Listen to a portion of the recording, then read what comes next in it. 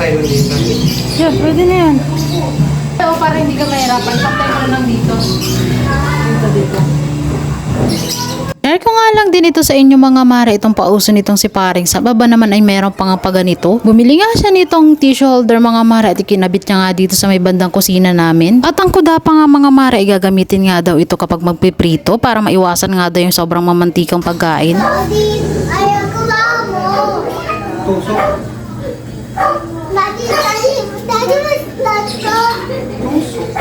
Mami, kuda ako na. Ito nga ganyan mo. Mabagsak nga ganyan. Hindi pwede yun sa bata, baby. Mami, may tulog. May tulog ka? May tulog. Daddy. Balikan dito na tayo. At syempre mga mare kapag ganito nga may mga kaganapan itong daddy niya, ito naman nga si Jude ay for the gulo na nga dito sa daddy niya. Kanay nga ang tanong niya sa daddy niya kung ano nga daw ang ginagawa at gusto pa nga tumulong nitong batutang to. In fairness nga dito kay paring sa mga mare, maganda nga dito naisipan niya para hindi na nga rin bili ng tissue. At kapag ganito nga mga mare ay madali nga lang din makakuha at ito nga ay pang maramihan na pang matagalan na ang gagamitin tissue. Daddy.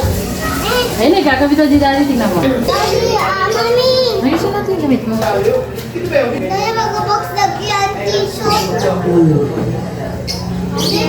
pwede mag-kapit yan. Mami, mag-box lagyan tissue.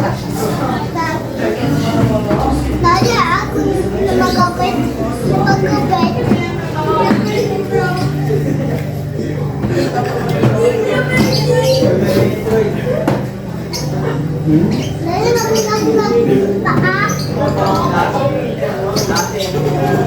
Medyo natagal nga ito si paring Sam kaya naman nga ayan nga mare pinas forward ko na nga lang dahil trial and error nga ito si paring Sam sa pagkakabit. Kaya naman nga ayan at naikabit na nga rin ni paring Sam.